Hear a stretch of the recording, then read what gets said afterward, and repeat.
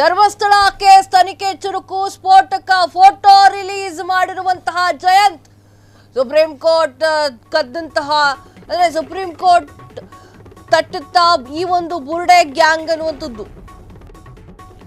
Dharmasthala case ತನಿಖೆ ಚುರುಕು. ಸ್ಫೋಟಕ ಫೋಟೋವನ್ನ ರಿಲೀಸ್ ಮಾಡಿರುವಂತಹ ಜಯಂತ ಸುಪ್ರೀಂ ಕೋರ್ಟ್ ಕದವನ್ನ ತಟ್ಟು ಬುರ್ಡೆ ಗ್ಯಾಂಗ್ ಎನ್ನುವಂಥದ್ದು. ಬ್ಯಾಗ್ ನಲ್ಲಿ ಬುರ್ಡೆ ಇಟ್ಟುಕೊಂಡು ಟಿಂಗ್ ಟಿಂಗ್ ಅಂತ ಬಂದಿದ್ದಾರೆ.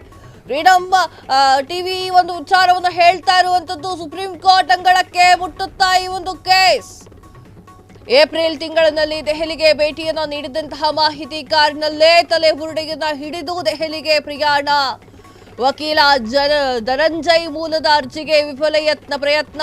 ಚಿನ್ನಯ್ಯನ ಜೊತೆಗೆ ಸಂಪರ್ಕದಲ್ಲಿದ್ದವರಿಗೆ ಸಂಕಷ್ಟವೋ ಸಂಕಷ್ಟ.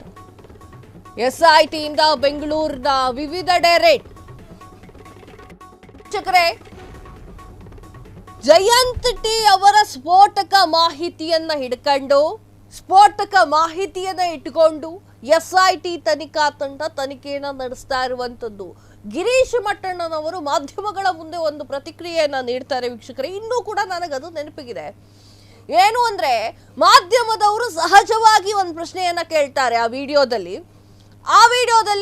ಏನ್ ಕೇಳ್ತಾರೆ, ಎಸ್ಐಟಿ ತನಿಖಾ ತಂಡದ ಅಂಗಳಿಗೆ ಹೋಗಿದ್ದೀರಾ, ಆ ಒಂದು ಕೇಸ್ ಏನಾಯ್ತು, ಎಸ್ಐಟಿ ಅವರು ಏನೇನು ಕ್ವಶನ್ ಕೇಳಿದ್ರು. ಮಾಧ್ಯಮದವರು ನಮ್ಮ ಕೆಲಸವನ್ನ ನಾವೇ ಮಾಡಬೇಕು, ಮತ್ತಾರು ಬಂದ್ ಮಾಡೋಕ್ಕಾಗೋದಿಲ್ಲ ಅಲ್ವೇ.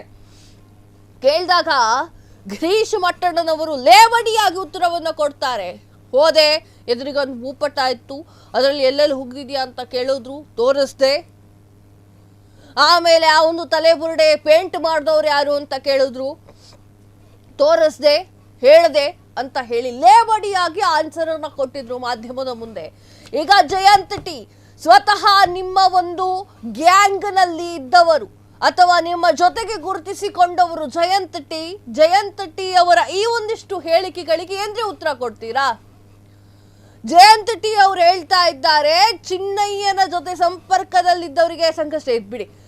ಜಯಂತ್ ಟಿ ಅವರು ಹೇಳ್ತಾ ಇದ್ದಾರೆ, ದೆಹಲಿಗೆ ಹೋಗಿ ವೈಯಾಟು ಎಲ್ಲಿಗೆ ಹೋಗಿದ್ವಿ, ಮಂಗಳೂರಿಗೆ ಬಂದಿದ್ವಿ, ದೆಹಲಿಯಲ್ಲಿ ಸಾಕಷ್ಟು ವಿಚಾರಗಳು ನಡೆದಿದೆ ಅಂತ ವಿಡಿಯೋದಲ್ಲೇ ಹೇಳ್ತಾ ಇದ್ದಾರೆ.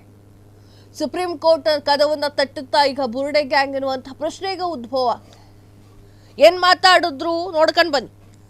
ಹಾಜರು ಮಾಡ್ತಾ ಇದ್ದಾರೆ ಎಲ್ಲ ನಮ್ಮ ಸೌಜನ್ಯ ಪರ ಹೋರಾಟ. ನಮಸ್ತೆ. ಇವತ್ತು ಬೆಂಗಳೂರಿನ ಬಾಡಿಗೆ ಮನೆಯಲ್ಲಿ SIT ಅವರೊಂದು ತಪಾಸಣೆ ಮಾಡ್ತಾ ಇದ್ದಾರೆ, ಹಾಜರು ಮಾಡ್ತಾ ಇದ್ದಾರೆ. ಎಲ್ಲರಿಗೂ ಗೊತ್ತಿರುವ ವಿಷಯನೇ. ಧರ್ಮಸ್ಥಳ ಗ್ರಾಮದಲ್ಲಿ 106 ಜನಗಳನ್ನು ಹೂತಾಕಿರೋ ಪ್ರಕರಣದಲ್ಲಿ ಭೀಮಾ ಎಂಬುವರು ಬಂದು ಏನವನ್ನು ತೆಗೆದುಕೊಡ್ತೀನಿ ಎಂಬ ಒಂದು ವಿಷಯದಲ್ಲಿ ತನಿಖೆ ಆಗ್ತಾಯಿದೆ. ಇಂಥ ಸಂದರ್ಭದಲ್ಲಿ ಭೀಮನ ಪರಿಚಯ ಆಗಿರೋದು ಏಪ್ರಿಲ್ ತಿಂಗಳು, ಅಂದರೆ ಒಂದು 5 ತಿಂಗಳ ಹಿಂದೆ ನನಗೆ ಪರಿಚಯ ಆಗಿ ಅಂದರೆ ವಕೀಲ ಹತ್ರ ಕರ್ಕೊಂಡು ಹೋಗಬೇಕಿತ್ತು. ಅದೇ ಥರ ವಕೀಲ ಹತ್ರ ಕರ್ಕೊಂಡು ಹೋದೆ. ವಕೀಲ ಹತ್ರ ಬಿಟ್ಟೆ. ಅವತ್ತು ನೈಟು 1-2 ದಿನ ಉಳ್ಳಿಕ್ಕೆ ನನ್ನ ಮನೆ ವ್ಯವಸ್ಥೆ ಮಾಡಿದೆ. ಆನಂತರ ವಕೀಲ ಅಂದರೆ ಸರ್ವೋಚ್ಚ ನ್ಯಾಯಾಲಯಕ್ಕೆ ಏನೋ ಒಂದು ದಾಖಲೆಲ್ಲ ತಯಾರು ಮಾಡಿಕೊಡ್ಬೇಕಿತ್ತು. ಅದರ ಪ್ರಕಾರವಾಗಿ ವಕೀಲ ಹತ್ರ ಬಂದು ಹೋಗ್ತಾ ಇದ್ದ. ಮೊದಲನೇ ಸಾರಿ ಬಂದ, 2 ದಿನ ಇದ್ದ, ಹೋದ, ತಿರ್ಗಾ ಬಂದಿದ್ದ, ವಕೀಲ ಹತ್ರ ಬಂದು ತಿರ್ಗಾ ಹೋದ. 3ನೇ ಸರಿ ಬರುವಾಗ, 3ನೇ ಸರಿ ಸರ್ವೋಚ್ಚ ನ್ಯಾಯಾಲಯಕ್ಕೆ ಹೋಗಬೇಕಿತ್ತು. ಹೋಗುವಾಗ ಒಂದು ಬ್ಯಾಗ್ ಹಿಡ್ಕೊಂಡು ಬಂದ. ಅದರಲ್ಲಿ ಒಂದು ಮೆಟೀರಿಯಲ್ ಇತ್ತು.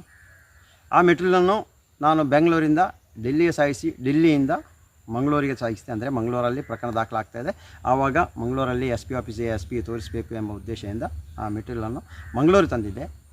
ಈ ಒಂದು ಪ್ರಕರಣದಲ್ಲಿ ನನ್ನ ಮನೆಯಲ್ಲಿ 2 ಉಳಿದುದಕ್ಕೂ ಆ ಮೆಟೀರಿಯಲ್ ತಂದು ಆ ಡೆಲ್ಲಿಗೆ ಹೋಗಿ ಮಂಗಳೂರಿಗೆ ಬಂದದಕ್ಕೆ ಇವತ್ತು ಒಂದು SIT ತನಿಖೆ ಆಗ್ತಾಯಿದೆ. SIT ತನಿಖೆ ಸಂತೋಷವಾಗಿ ಸ್ವೀಕರಿಸ್ತೀವಿ. ಅಂದರೆ ಸತ್ಯ ಅಡಗಿದೆ. ಯಾವುದೇ ಕಾರಣಕ್ಕೂ ದೇವಸ್ಥಾನ ತ್ಯಾಜ್ಯವಾದ ಮಾಡಲಿಕ್ಕೆ ಇನ್ನೊಬ್ಬರ ವ್ಯಕ್ತಿ ವಿರುದ್ಧ ಅಲ್ಲ, ಆದರೆ ಅತ್ಯಾಚಾರಿಗಳು, ಕೊಲೆಗಡುಕರು, ಭೂಕಬಳಿಕೆ ಇಂಥ ದೇಶದ್ರೋಹಿ ಕೃತ್ಯ ಮಾಡುವಂಥ ಅವರ ವಿರುದ್ಧವಾಗಿ ನಮ್ಮ ಹೋರಾಟ ಆಗಿರುತ್ತದೆ. ಅದಕ್ಕೆ ನಮ್ಮ ಮಾಧ್ಯಮವರಿಗೆ ಒಂದು ವಿನಂತಿ, ನೋಡಿ ಸತ್ಯ ಇದೆ, ಸತ್ಯ ಮೇಲೆ ದೊಡ್ಡ ಬಂಡೆ ಇಟ್ಟಿದ್ದೀವಿ, ಅದರ ಮೇಲೆ ನಿಂತು ಯಾರೂ ತುಳಿಬೇಡಿ, ಎಲ್ಲರೂ ಸೇರಿ ಆ ಸತ್ಯವನ್ನು ಹೊರಗೆ ತರುವ ಕೆಲಸ ಮಾಡೋಣ ಎಂದು ಈ ಮೂಲಕ ಕೇಳ್ತಾ ಇದ್ದೀವಿ. ಇವಾಗ ನಾವು ಡೆಲ್ಲಿಗೆ ಹೋಗಿ ತಂದಿದ್ದೀವಿ, ಹೌದು, ಅದರ ತನಿಖೆ ಕಾನೂನು ಪ್ರಕಾರ ನಡೀತಿದೆ. ಅದಕ್ಕೆಲ್ಲ ಸಹಕರಿಸ್ತೀವಿ. ನಾನು ಯಾವುದೇ ರೀತಿಯಲ್ಲಿ ಓಡಿ ಹೋಗಿಲ್ಲ. ನಾನು ಬೆಳ್ತಂಗಡಿಯಲ್ಲಿದ್ದೇನೆ. ಆದಷ್ಟು ಬೇಗ ನಾನು ಬೆಳ್ತಂಗಡಿ ಠಾಣೆ ಹತ್ರ ಹೋಗಬೇಕು. SIT ಕರೆದರೆ ಅದು ಕ್ಷಣ ಕ್ಷಣದ ಸುದ್ದಿಗಳಿಗಾಗಿ ಫ್ರೀಡಂ ಟಿವಿ ಸಬ್ಸ್ಕ್ರೈಬ್ ಮಾಡಿ, ಲೈಕ್ ಮಾಡಿ ಹಾಗೂ ಫಾಲೋ ಮಾಡಿ. ಹೊಸ ಸುದ್ದಿಗಳ ನೋಟಿಫಿಕೇಶನ್ಗಾಗಿ ಬೆಲ್ ಐಕಾನ್ ಮೇಲೆ ಕ್ಲಿಕ್ ಮಾಡಿ.